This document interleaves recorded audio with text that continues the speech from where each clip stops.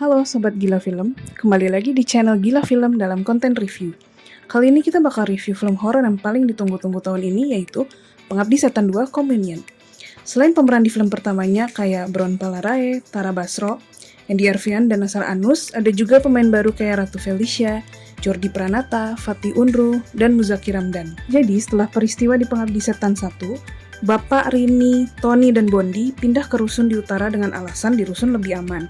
Tapi ternyata ibu masih terus gangguin mereka bahkan setelah tinggal di rusun. Menurut gue, Pengabdi Setan 1 itu salah satu film horor terbaik Indonesia. Perolehan penontonnya saat film ini rilis pun dapat 4.206.103. Gak cuman itu, mereka juga dapat 7 piala FFI di tahun 2017 loh. Tegang dan takutnya juga bikin gue nggak bisa tidur sih.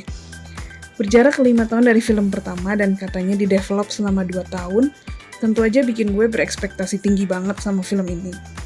Kali ini settingnya bukan satu rumah, tapi rusun.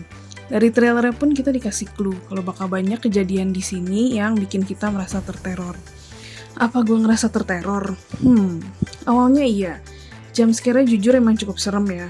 Tapi beberapa udah muncul di trailer, jadi kayaknya yang berharap lebih sih kayak kan ini udah ada gitu, jadi nggak kaget banget lah, bisa persiapan dikit buat yang penakut. Terus dari segi setting dan properti sih emang juara, total banget, patut diacungin jempol. Kalau yang gue lihat dari banyak wawancara sih, katanya ini rusun 15 lantai ini bener-bener udah nggak dihuni lagi, dan mereka menyulap itu jadi rusun yang kelihatan tua tapi masih layak tinggal sih. Oke banget sih menurut gue. Dari awal gue udah nunggu ya jawaban dari beberapa pertanyaan di Pengabdi Setan 1. Bang Joko Anwar sendiri bilang kalau pertanyaan-pertanyaan di film pertama itu bakal kejawab di sini. Jadilah gue penasaran. Tapi kayaknya sampai akhir nggak ada jawaban yang gue dapet, tapi malah agak kecewa sih. Jumpscare di sini tuh emang jauh lebih banyak dari film pertama. Tapi ceritanya bisa dibilang gak sesolid yang pertama. Bukan yang ngejawab, tapi kayak malah nambah pertanyaan. Selain itu, reaksi dari karakter-karakter yang ada di sini menurut gue beda banget sama reaksi kalau terjadi hal yang sama di dunia nyata.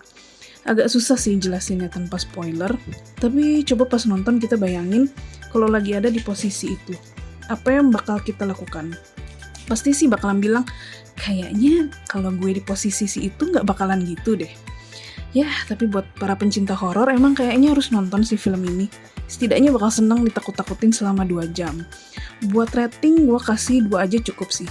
Ya udah, sekian dulu review gue buat Pengabdi Setan 2. Sampai ketemu di review Gila Film berikutnya.